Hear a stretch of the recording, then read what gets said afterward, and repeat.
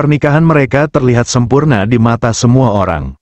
Ia, seorang istri yang cerdas, penuh dedikasi, dan baru saja dipromosikan. Dan dia, suami yang setia, atau setidaknya, terlihat begitu. Tapi di balik senyum manis sang suami, tersembunyi rencana kelam. Di suatu malam yang tenang, saat sang istri tertidur, dia merusak rem mobil dinas yang akan dipakai istrinya esok pagi. Tak ada yang tahu, tak ada yang curiga. Keesokan harinya, sang istri pergi, mengendarai mobil itu menuju perjalanan dinas yang seharusnya biasa saja. Namun takdir berubah di tikungan curam, saat rem tak lagi berfungsi. Mobil itu tergelincir, menghantam pembatas jalan, lalu jatuh ke jurang. Semua orang mengira dia meninggal hari itu, termasuk suaminya. Tapi 3 tahun kemudian, ia kembali, bukan sebagai istri yang sama, tapi sebagai sosok yang tahu semuanya, dan tak datang untuk memaafkan. Karena pengkhianatan yang disembunyikan selama bertahun-tahun, tak bisa ditebus dengan air mata penyesalan. Sebelum kita lanjut ke kisah balas dendam yang penuh kejutan ini, pastikan kamu tekan like untuk dukung channel ini, subscribe biar nggak ketinggalan kelanjutan ceritanya, dan baca deskripsi video supaya kamu paham kronologi dan twist yang akan muncul, karena satu detail pun bisa mengubah semuanya. Siapkan posisi ternyaman dan cemilan Anda, karena kita akan mulai ceritanya. Selamat menyaksikan.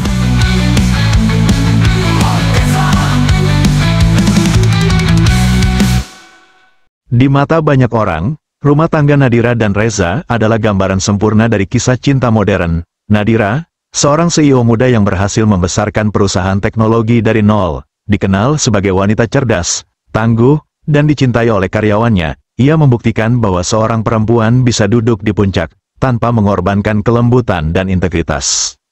Reza, suaminya, terlihat seperti pendamping yang ideal, tampan, tenang, dan selalu mendampingi Nadira di berbagai acara publik. Meski tidak bekerja di perusahaan secara resmi, Reza sering terlihat menemani sang istri dalam kegiatan sosial dan bisnis. Tapi di balik senyum dan pelukan di depan kamera, ada sesuatu yang perlahan-lahan mulai retak.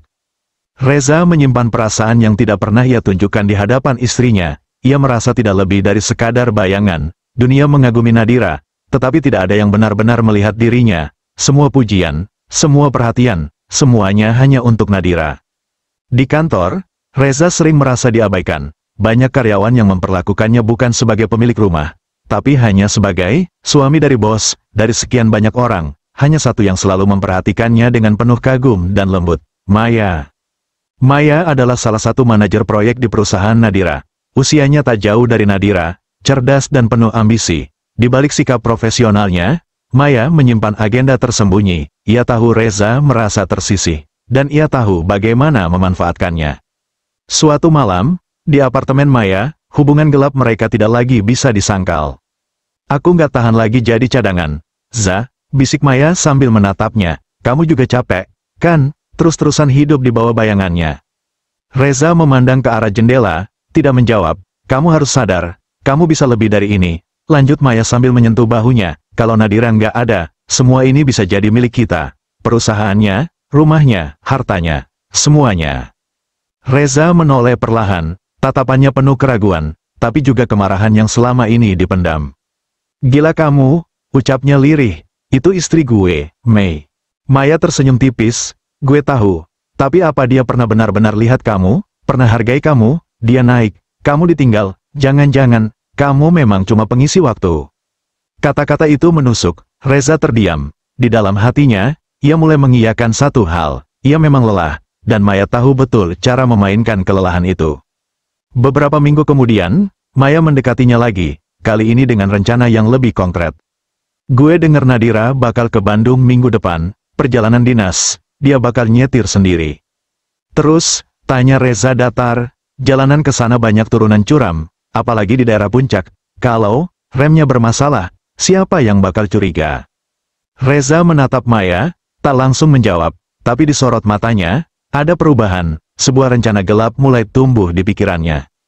Hari-hari selanjutnya, Reza mulai mengamati mobil Nadira. Ia masuk garasi tengah malam, pura-pura mengecek mesin.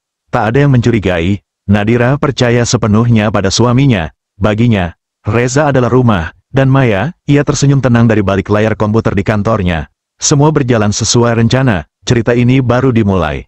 Karena kadang, pengkhianatan paling kejam datang dari orang yang kita percaya sepenuh hati. Hari-hari berjalan seperti biasa di rumah Nadira dan Reza. Suasana tampak tenang, bahkan hangat. Nadira sedang mempersiapkan perjalanan dinas penting ke Bandung, pertemuan dengan calon investor asing yang bisa membuka ekspansi besar-besaran untuk perusahaannya. Ia mengetik presentasi larut malam di ruang kerja. Reza menemaninya di sofa, memainkan ponselnya sambil sesekali melempar senyum. "Kamu yakin mau nyetir sendiri?" tanya Reza pelan. "Iya, supir kantor lagi cuti, dan aku butuh waktu sendiri buat mikirin strategi. Di jalan biasanya aku dapat ide-ide bagus," jawab Nadira sambil tersenyum. "Lagian kamu juga sibuk kan?" Reza mengangguk. "Ya udah, mobilnya aku siapin besok pagi, aku isi bensinnya juga." "Terima kasih, Za, kamu selalu bantu aku," kata Nadira sambil meraih tangannya. Tapi malam itu, setelah Nadira tertidur, Reza turun ke garasi. Lampu ia matikan, hanya senter kecil yang menerangi bagian bawah mobil. Tangannya gemetar, tapi fokus, ia tahu bagian mana yang harus disentuh. Reza membuka panel kecil di bawah sistem pengereman. Dengan alat yang sudah disiapkan, ia melepaskan salah satu komponen penting yang mengatur tekanan hidrolik. Bukan dilepas sepenuhnya, tapi cukup untuk membuat sistem gagal saat dibutuhkan. Ia menarik napas dalam-dalam, dalam pikirannya, suara Maya kembali terngiang. "Kalau dia kecelakaan, nggak ada yang bakal nuduh kamu suaminya, kamu korban juga." Keringat dingin membasahi punggungnya. Setelah memastikan tidak ada yang janggal terlihat dari luar, ia tutup kembali semua dan naik ke atas seolah tak terjadi apa-apa. Paginya, Nadira bangun lebih dulu. Ia sarapan cepat sambil membolak-balik berkas. Reza menyiapkan termos kopi dan memberikannya. "Hati-hati di jalan, jangan ngebut ya," katanya. Nadira mencium pipinya. "Iya, doain ya." Mobil keluar dari garasi. Reza berdiri menatapnya sampai kendaraan itu benar-benar hilang di ujung jalan. Wajahnya datar, dingin, tapi matanya tak tenang. Di kantor, Maya duduk tenang di ruangannya. Ia memantau dari balik layar laptop, membuka aplikasi pelacakan cuaca dan berita lalu lintas. "Perjalanan terakhir yang tenang," bisiknya pelan. Jalan menuju Bandung melewati jalur berliku dengan turunan tajam. Nadira menyetir sambil memutar musik klasik. Ia mencoba merilekskan diri sebelum pertemuan besar. Beberapa kilometer menjelang kota kecil di pinggiran puncak, ia mulai merasakan kejanggalan. Saat hendak memperlambat laju karena melihat truk besar di depan, ia menginjak pedal rem. Tidak ada respon. Ia coba lagi. Kaki kanan menginjak pedal lebih kuat. Masih tidak ada efek. Wajah Nadira berubah panik. Ia mencoba menurunkan gigi, menarik rem tangan. Mobil kehilangan kendali, mulai melaju liar menuruni tikungan tajam. Ya Tuhan, gumamnya, sebuah pembatas jalan rusak. Mobil menghantamnya dan meluncur bebas ke dalam jurang. Suara benturan keras terdengar hingga beberapa rumah warga di bawah tebing. Lalu, hening.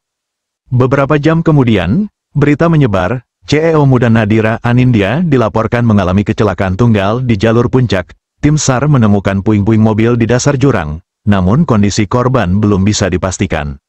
Di rumah, Reza duduk di depan televisi, matanya merah. Ia menggenggam tangan Maya yang datang lebih dulu sebelum wartawan. Mereka tampak berduka di depan kamera.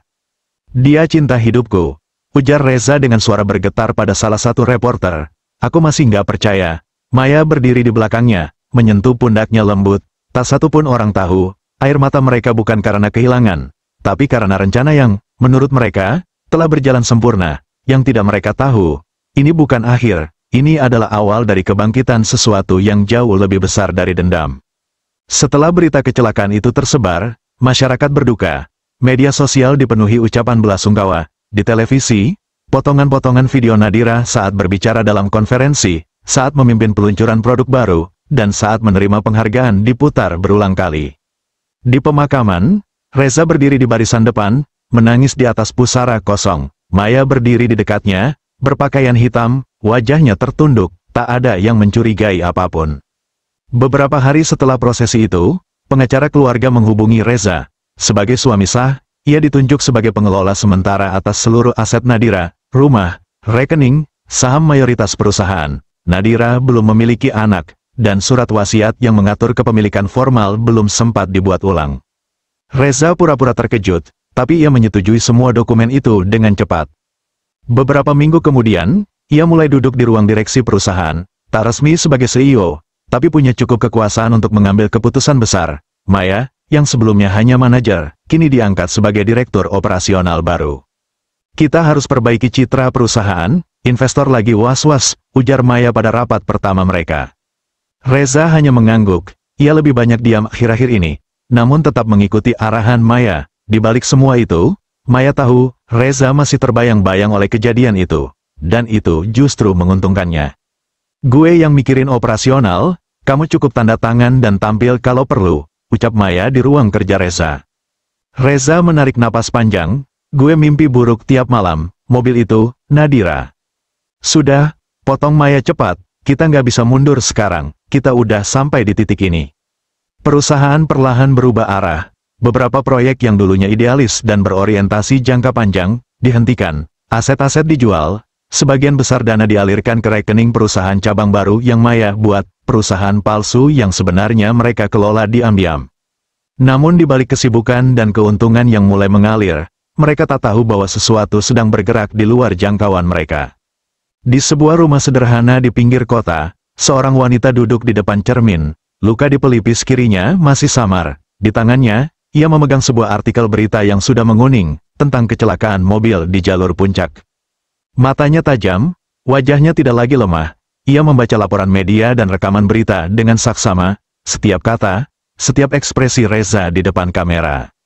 Ia hidup, Nadira diselamatkan oleh seorang warga desa yang menemukan tubuhnya tergeletak tak jauh dari bangkai mobil. Ia sempat koma selama 2 tahun, dan baru sepenuhnya sadar 1 tahun belakangan. Selama itu, ia tidak bisa bicara, tidak bisa berjalan. Tapi kini, ia telah kembali, tidak sebagai Nadira yang dulu.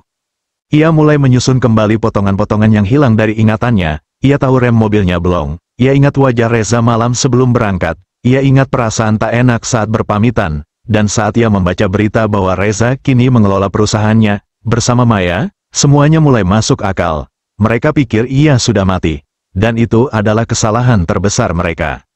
Di rumah sederhana milik seorang mantan perawat desa, Nadira mulai berdiri tanpa bantuan tongkat. Tangannya masih gemetar, tapi matanya sudah tak menyisakan keraguan.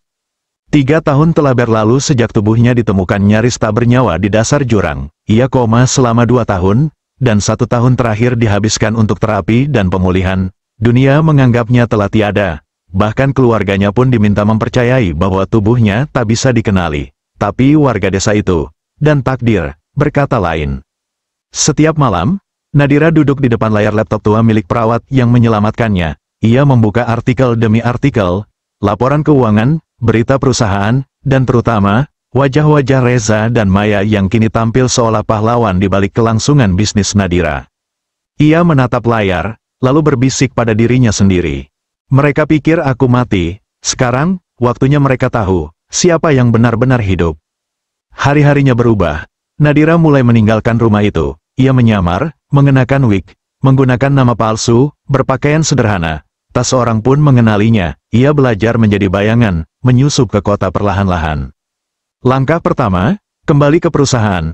Dengan nama samaran, Aruna, ia melamar sebagai staf konsultan independen di salah satu proyek divisi kecil perusahaan, bagian yang jauh dari perhatian Reza dan Maya. Tak ada yang curiga. Lagi pula, wajahnya telah berubah, rambut lebih pendek, bekas luka samar di pelipis, dan sorot mata yang kini menyimpan dendam. Di dalam kantor, ia mulai merekam, pakai ponsel, kamera kancing kecil, rekaman percakapan antar karyawan, bisikan gosip tentang hubungan Reza dan Maya yang sudah menjadi rahasia umum. Ia menyusun bukti-bukti kecil itu ke dalam satu dokumen besar yang ia simpan dengan sandi. Nadira juga menyelidiki laporan keuangan. Ia menemukan kejanggalan pada aliran dana perusahaan ke entitas yang tidak pernah ia buat, nama perusahaan asing yang terdaftar atas nama Maya. Ia mencetak bukti itu, memotret, merekam layar. Setiap potongan informasi ia simpan seperti menyusun teka-teki kematian yang dirancang untuknya. Namun ia tahu, semua itu belum cukup. Ia perlu bukti bahwa Reza memang terlibat dalam sabotase, bahwa kecelakaan itu bukan musibah, melainkan percobaan pembunuhan. Ia mulai menyelidiki riwayat servis mobil. Ia menemui bengkel tempat Reza pernah datang beberapa hari sebelum kecelakaan. Di sana, montir mengaku Reza datang hanya untuk cek biasa, tapi tidak ada perbaikan rem sama sekali. Dia cuma minta saya biar catat mobilnya udah dicek, padahal nggak ada yang dibuka.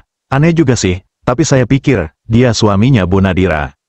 Nadira tersenyum tipis. Terima kasih, Mas, itu saja cukup. Bukti demi bukti terkumpul, rekaman percakapan Maya dengan staf keuangan yang membicarakan penggelapan, chat pribadi Reza dengan Maya yang ia tembus lewat ponsel cadangan yang sempat tertinggal, bahkan foto-foto mereka saat pergi bersama ke villa yang dulu ia dan Reza bangun untuk berdua. Semuanya disimpan, rapi, siap digunakan. Tapi Nadira tahu, jika ia ingin benar-benar menjatuhkan mereka, ia tak bisa hanya membawa kebenaran. Ia harus membuat mereka mengaku. Maka ia merancang sebuah rencana terakhir, menyamar sebagai investor asing yang tertarik membeli sebagian besar saham perusahaan, sebuah akuisisi besar-besaran, yang akan membuat Reza dan Maya melonggarkan pertahanan mereka. Ia menyewa aktor profesional untuk memerankan investor, dan ia sendiri akan duduk di ruangan itu, bukan sebagai korban, tapi sebagai saksi yang tak lagi bisa dibungkam. Dalam diam, ia menatap cermin. Aku kembali, Reza, dan kali ini, bukan untuk menangis. Hari itu, ruang rapat utama di kantor pusat perusahaan dipenuhi orang-orang penting. Reza duduk di kursi utama, mengenakan jas abu-abu yang mahal. Di sebelahnya, Maya tampak percaya diri. Mereka bersiap menyambut calon investor asing yang berniat membeli sebagian besar saham perusahaan, tawaran terbesar sejak Nadira, tiada.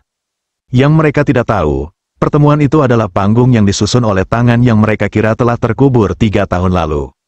Investor itu bukan orang sungguhan, ia adalah aktor profesional, dibayar untuk memainkan peran. Perusahaan luar negeri itu tak pernah ada. Semua dokumen, kontrak, hingga proposal, adalah bagian dari skenario yang disusun oleh Nadira sendiri. Nadira hadir di ruangan itu, menyamar sebagai penerjemah, mengenakan jas longgar, kacamata bulat, dan rambut yang disanggul rapi. Tak satu pun dari mereka menyadari siapa dia sebenarnya. Reza menyambut investor dengan antusias. Terima kasih sudah datang. Saya percaya kerjasama ini akan menguntungkan kedua pihak. Investor palsu itu menanggapi dengan bahasa Inggris, lalu Nadira menerjemahkannya dengan tenang. Dia bilang, sebelum masuk ke proses selanjutnya, mereka perlu melakukan due diligence yang lebih dalam, termasuk memeriksa struktur internal dan laporan keuangan dalam 3 tahun terakhir. Maya sempat menoleh, ragu, kenapa? Kita sudah kirim semua data, kan? Investor hanya tersenyum dan menunjuk ke arah Nadira, interpreter kalian yang akan bantu mereka mengakses file tambahan di sistem kalian, sekarang. Reza dan Maya saling pandang, tapi karena posisi tawar yang besar dari calon investor ini, mereka tak punya pilihan. Nadira memasukkan flash disk ke layar proyektor, tapi bukan laporan keuangan yang muncul. Layar memperlihatkan sesuatu yang berbeda. Rekaman CCTV dari garasi rumah, malam ketika Reza diam-diam menyabotase mobil Nadira. Lalu muncul percakapan antara Maya dan staf keuangan, suara Maya jelas. Masukin aja pengeluaran itu ke proyek fiktif, Reza yang tanda tangan, gak bakal dicek. Kemudian, sebuah chat di layar besar, tangkapan layar asli dari ponsel Reza, terbaca jelas. Maya, nanti pas dia lewat puncak, pastiin remnya udah kamu atur. Reza, aku udah lakuin, gak akan ada yang tahu. Ruang rapat hening, hanya suara kipas proyektor yang terdengar. Wajah Reza pucat, Maya berdiri dari kursinya, panik. Ini apa? Siapa yang masukin ini? Semua orang menatap mereka. Investor palsu itu berdiri, melepaskan kacamata hitamnya. Lalu Nadira membuka kacamatanya perlahan, rambutnya ia lepas. Reza menatapnya, membeku. Nadira. Maya melangkah mundur, wajahnya pucat pasi. Nadira menatap keduanya. Tenang, kalian pikir aku mati, kalian pikir bisa ambil semuanya, tapi kalian lupa satu hal, kebenaran selalu menemukan jalannya sendiri. Beberapa petugas berseragam masuk ke ruangan, 2 orang dari kepolisian dan 1 dari kejaksaan. Nadira telah melaporkan semua bukti seminggu sebelumnya, hari ini hanyalah penyerahan akhir. Reza Putra dan Maya Rahmawati, kalian ditahan atas dugaan pembunuhan berencana, penggelapan aset perusahaan, dan penipuan investasi. Reza berusaha bicara, tapi suaranya hilang. Maya hanya bisa menangis. Saat keduanya dibawa keluar dari ruangan, Nadira menatap jendela kaca yang menghadap ke kota. 3 tahun lalu, ia nyaris kehilangan segalanya. Hari ini, ia mengambil semuanya kembali. Beberapa bulan telah berlalu sejak hari itu. Kasus Reza dan Maya mendominasi pemberitaan nasional. Media mengangkatnya sebagai kisah kriminal perusahaan yang penuh drama, pengkhianatan, dan plot yang hampir mustahil dipercaya. Reza divonis 18 tahun penjara atas percobaan pembunuhan dan penggelapan. Maya mendapat hukuman 12 tahun karena keterlibatan aktif dalam perencanaan dan kejahatan keuangan. Di pengadilan, keduanya menangis dan memohon maaf. Tapi Nadira hanya menatap mereka sekali, lalu membalikkan badan, pergi tanpa sepatah kata. Hari itu, Nadira memilih tidak membawa dendam lebih jauh. Ia tahu, jika ia menyimpan kebencian lebih lama, itu akan menjadi racun dalam jiwanya. Perusahaannya sempat terguncang, tapi dukungan dari para karyawan yang setia, serta kepercayaan publik yang mulai pulih, membantunya bangkit. Ia kembali duduk di kursi CEO, kali ini bukan hanya sebagai pemimpin bisnis, tapi sebagai simbol kekuatan seorang perempuan yang selamat, dari cinta yang salah dan kematian yang gagal. Suatu pagi, Nadira berdiri di balkon rumahnya, rumah yang dulu dibangun bersama Reza, tapi kini ia renovasi total, tak ada lagi sisa-sisa masa lalu di dalamnya. Di tangannya, ada buku catatan tua yang ia temukan saat masa pemulihan. Halaman depannya bertuliskan, "Jangan pernah takut kehilangan sesuatu yang membuatmu kehilangan dirimu sendiri." Ia tersenyum kecil, lalu menutup buku itu, dan berjalan masuk. Di ruang tamu, ia menyambut seorang tamu baru, seorang perempuan muda yang diterimanya sebagai asisten pribadi. Wajahnya mengingatkan Nadira pada dirinya sendiri, dulu, penuh semangat dan idealisme. "Kamu tahu kenapa aku terima kamu kerja di sini?" tanya Nadira. Perempuan itu menggeleng gugup. "Karena kamu bilang kamu ingin belajar, dan kamu gak takut jatuh. Yang seperti itu, bisa aku percaya." Hari itu, Nadira tidak lagi memikirkan balas dendam. Ia memikirkan warisan, bukan harta, bukan saham, tapi kekuatan, nilai, dan keberanian untuk bangkit. Karena pada akhirnya, cerita ini bukan tentang kematian, tapi tentang hidup yang tak bisa dipadamkan.